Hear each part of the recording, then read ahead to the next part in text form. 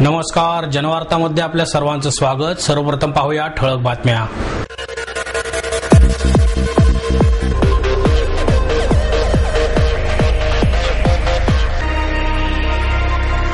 देशाच्या प्रगतीचा विचार करताना केवळ भ्रष्टाचार आणि राजकारण्यांना दोष देऊन चालणार नाही, विधानसभेचे अध्यक्ष दिलीप वळसे पाटील यांचं प्रतिपादन। वेद स्वयंसिद्ध असून दररोजच्या जीवनात त्यांचा वापर झाला तर मनुष्याचे जीवन आणि आरोग्य उत्तम राहील, ज्येष्ठ आयुर्वेदाचार्य डॉक्टर बालाजी तांबे यांचं मत। आणि कवी प्रदीप आवटे लिखित धम्मधारा कविता संग्रह आणि सीडीचे प्रकाशन डॉक्टर बाबासाहेब आंबेडकर अध्यासनाचे प्रमुख डॉक्टर रावसाहेब कसबे यांच्या हस्ते संपन्न।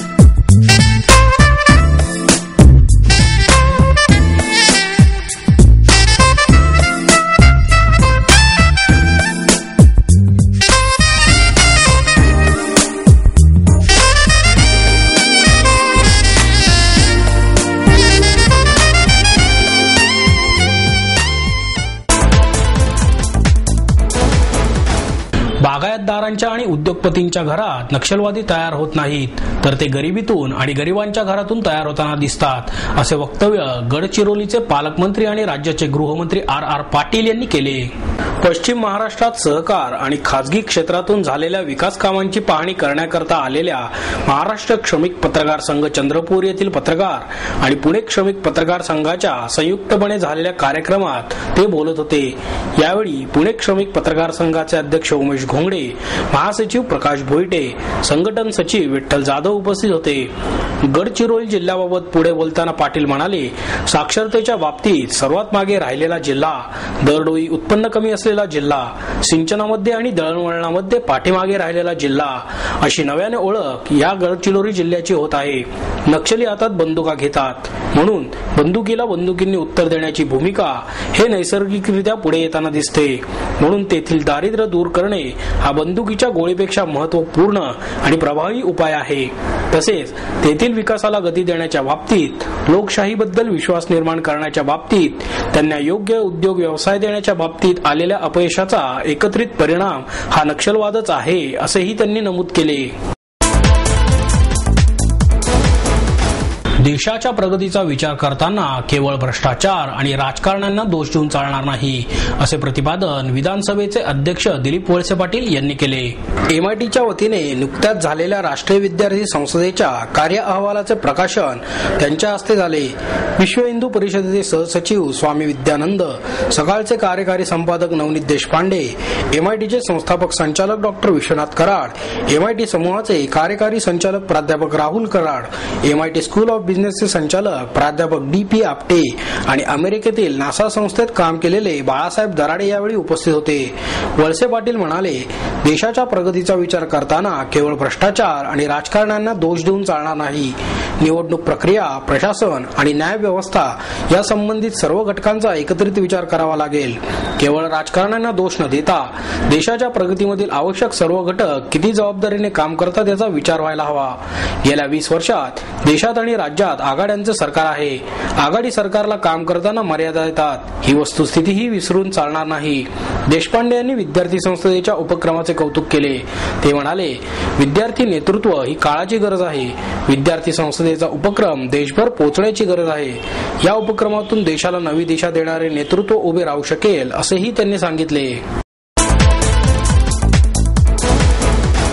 वेद स्वयंसिद्ध असून दररोजच्या जीवनात त्यांचा वापर झाल्यास मनुष्याचे आरोग्य आणि जीवन उत्तम राहील, असे मत ज्येष्ठ आयुर्वेदाचार्य बालाजी तांबे यांनी व्यक्त केले। शृंगेरी शारदापीठम आणि वेद शास्त्रोत्तेजक सभेच्या वतीने आयोजित 2 दिवसीय वैदिक संमेलनाचा प्रारंभ चतुर्वेद ग्रंथपूजन आणि मंत्रोच्चाराने झाला. त्यानंतर डॉक्टर तांबे यांच्या हस्ते दीप प्रज्वलनाने संमेलनाचे उद्घाटन झाले.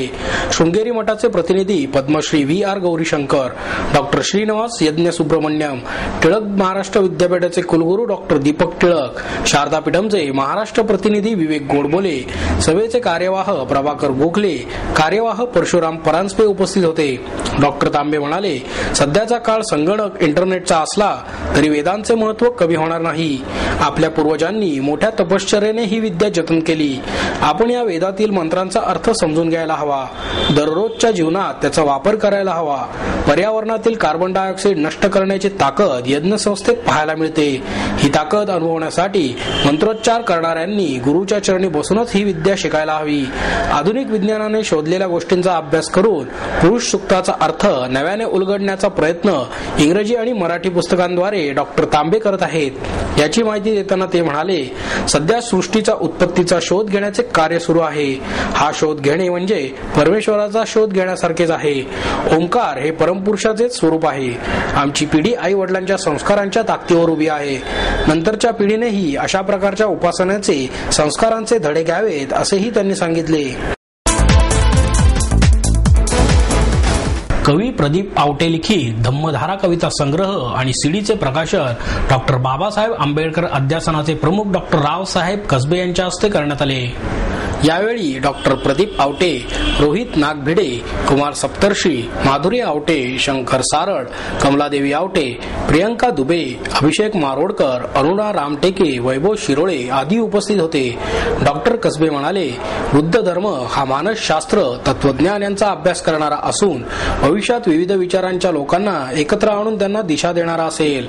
बुद्ध आणि आंबेडकरांचे विचार हे महाकाव्य असून आंबेडकर बुद्धांचे विचार वेगळे होते. म्हणूनच जीवनात ज्या व्यक्ती जीवन जगताना हारतात त्यांनी बुद्ध आणि आंबेडकर यांचे विचार वाचावेत. धर्म जात सोडलेल्या व्यक्तीत एकत्र आणण्यासाठी बुद्ध धर्मापेक्षा त्याच्या विचारांची गरज अधिक लागेल. म्हणून हा धर्म विज्ञानवादी आहे. व्यक्तीच्या हातात वास्तव काहीच नसून माणूस दैववादी बनत चालला आहे. बुद्धांनी जगण्याला सतत आनंदोत्सव मानले असून मरणालाही आनंदोत्सव मानले आहे असेही ते म्हणाले.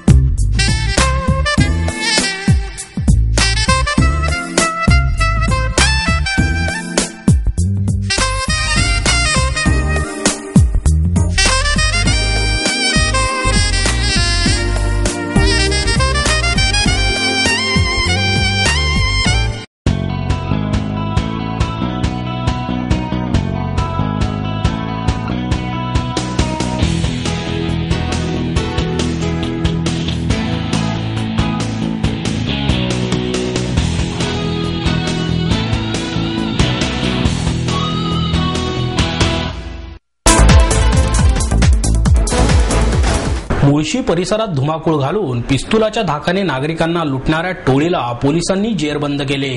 या टोळीकडून 2 पिस्तुले, 8 काडतुसे, कोयता, मोटार असा माल जप्त करण्यात आला आहे. यांच्या विरुद्ध मोका अंतर्गत कारवाई करण्यात येणार आहे. मंगेश माणिक कांचन, संदीप राजाराम घोडे, दौलत गोपाळ पारगे उर्फ दौल्या, सतीश किसन कुऱ्हाडे, सचिन मारुती मदने अशी जेरबंद केलेल्या चोरट्यांची नावे आहेत. हे सर्व सराईत गुन्हेगार असून येरवडा कारागृहात त्यांची ओळख झाली. दौलत पारगे हा कुख्यात राहुल कंदारे याचा साथीदार आहे. पोलीस चकमकीत कंदारे हा मारला गेला. त्यानंतर कारागृहातून बाहेर पडल्यानंतर पारगे आणि इतरांनी स्वतःची टोळी तयार केली. मुळशी धरण आणि पौड परिसरात फिरायला येणाऱ्या पर्यटकांना या टोळीने पिस्तुलाच्या धाकाने लुटले. 26 फेब्रुवारी रोजी रात्री हे सर्वजण मंगेश याच्या मोटारीतून हिंजवडी परिसरात आले. त्यावेळी सिम्बॉयसिस गर्ल्स हॉस्टेलमधील पूजा सिंग आणि तिचे आई वडील रात्री 9:30च्या सुमारास जेवण करण्यासाठी निघाले होते. पूजाला भेटण्यासाठी तिचे आई वडील अहमदाबादहून आले होते. या 5 जणांनी पूजा आणि तिच्या आई वडिलांना पिस्तुलाच्या धाकाने लुटले. त्यानंतर इशांत ठाकूर आणि जयंत शेलार यांना लुटून हे सर्वजण मोटारीतून पसार झाले. हे सर्वजण चंदननगर परिसरातील एका सराफी दुकानावर दरोडा घालण्यासाठी येणार असल्याची माहिती खंडणी विरोधी पथकाचे हवालदार अनिल शिंदे यांना मिळाली. नगर रस्त्यावर सापळा रचून त्यांना जेरबंद करण्यात आले. अतिरिक्त पोलीस आयुक्त अनंत शिंदे, उपायुक्त राजेश बनसोडे, सहाय्यक आयुक्त विनोद सातव यांच्या मार्गदर्शनाखाली पोलीस निरीक्षक सचिन सावंत, हवालदार अनिल शिंदे, संजय काळोखे, गणेश माळी, अनंत दळवी, चंद्रकांत सावंत आदीच्या पथकाने ही कारवाई केली. यदुनाथ थत्ते लिखित साने गुरुजी जीवन परिचय या साने गुरुजी यांच्या मराठीतील पहिल्या चरित्राचे प्रकाशन साहित्यिक राजन गवस यांच्या हस्ते करण्यात आले. या प्रसंगी सुमत यांच्या व्याख्यानाचेही आयोजन करण्यात आले होते. डॉक्टर सुमंत म्हणाले, साने गुरुजींच्या व्यक्तिमत्वाकडे चिकित्सक पद्धतीने पाहणे, त्यांचा वैचारिक अभ्यास करणे आवश्यक आहे. त्यांच्या विचारांचे योग्य सादरीकरण झालेले नाही. स्वातंत्र्यापूर्वीचे 30 आणि 40चे दशक हे अत्यंत महत्वाचे आहे. गुरुजी हे त्याच कालखंडातील अपत्य आहेत. गुरुजी त्या कालखंडाला वळण देणारे व्यक्तिमत्व होते. त्यांचा राजकीय विचार पुढे आला नाही. जामातवादाचे पेच आणि हिंदू मुस्लिम ऐक्याचे महत्व त्यांना समजत होते. त्यांना समाजवादी, मानवतावादी, संत अशा कोणत्या चौकटीत बसावे हेच कळत नाही. गवस म्हणाले, कुमारवयीन वाचकांसाठी आवश्यक असलेले साहित्य लिहिण्यासाठी लागणारी जोखीम पत्करायला कोणी तयारच होत नाही. त्यामुळे आपण त्या वर्गापर्यंत त्यांना योग्य असे साहित्य पोहोचवू शकत नाही. असे साहित्य लिहिण्यासाठी विशेष प्रतिभाशक्ती लागते. ती साने गुरुजी आणि यदुनाथ थत्ते यांच्याकडे होती. वाचकांची भावनिक गरज भागवण्याचे सामर्थ्य या पुस्तकात आहे. या वर्गाच्या भावनिक रितेपणाला चालना देणारी पुस्तके भरपूर आहेत. अशा वातावरणात हे पुस्तक म्हणजे हिरवळीचे रोपटे आहे असेही त्यांनी सांगितले. अणुऊर्जा प्रकल्प घातक असून त्याऐवजी अपारंपरिक ऊर्जा स्रोतांचा विचार होणे आवश्यक आहे, असे मत आरोग्य सेनेचे प्रमुख डॉक्टर अभिजित वैद्य यांनी व्यक्त केले. अशास्त्रीय, अतिखर्चिक आणि घातक जैतापूर प्रकल्प, कुडनकुलम अणुवीज प्रकल्प रद्द करण्याच्या मागणीसाठी लाल निशाण पक्ष, सोशलिस्ट पार्टी ऑफ इंडिया, आरोग्य सेना, राष्ट्र सेवा दल, सर्व श्रमिक महासंघ, पुणे जिल्हा मोलकर्णी संघटना, श्रमिक महिला मोर्चा या संघटनांच्या वतीने मंडईतील टिळक पुतळा येथे निदर्शने करण्यात आली. भालचंद्र केरकर, डॉक्टर अभिजित वैद्य, नितीन केतकर, प्रकाश जाधव, चंद्रभागा सपकाळ, पी.एन. पालेकर, मेधा थत्ते, वर्षा गुप्ते, मनोज माने यात सहभागी झाले होते. यावेळी डॉक्टर वैद्य म्हणाले, अणुऊर्जा प्रकल्प सुरक्षित नसल्याची ग्वाही जपानमधील शास्त्रज्ञ देत आहेत. मात्र हिंदुस्थानचे सरकार आणि शास्त्रज्ञ जैतापूर प्रकल्प सुरक्षित असून तो सर्व आपत्तींना तोंड देईल असे दावे करत आहेत. मात्र अणुऊर्जा प्रकल्प घातक असून त्याऐवजी अपारंपरिक ऊर्जा स्रोतांचा विचार होणे आवश्यक आहे. जैतापूर प्रकल्पाचे काम थांबवा, प्रकल्पासाठी जबरदस्तीने ताब्यात घेतलेली जमीन परत करा, पोलिसी दडपशाही थांबवून आंदोलकांवरील खटले मागे घ्या आदी मागण्या यावेळी करण्यात आल्या. कैलासवासी शंकरराव भोई स्मृती प्रतिष्ठानच्या वतीने दरवर्षीप्रमाणे यंदाही रंगबरसे या रंगोत्सवाचे आयोजन करण्यात आले. या आनंदोत्सवात पुण्यातील अनाथ, एड्सग्रस्त मुले, अंध मुले, रस्त्यावर फुगे विकणारी मुले, रेल्वे प्लॅटफॉर्मवर बूट पॉलिश करणारी तसेच बुधवार पेठेतील देवदासींची मुले यांनी सहभाग घेऊन रंगपंचमीचा आनंद लुटला.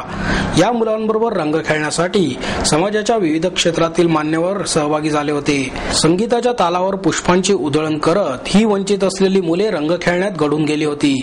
विविध प्रकारच्या रंगांची जणू बरसातच यावेळी करण्यात आली. या रंगोत्सवात शरीराला तसेच पर्यावरणाला कोणतीही बाधा होऊ नये यासाठी इको फ्रेंडली रंग वापरण्यात आले. यंदा या उपक्रमाचे 14वे वर्ष होते.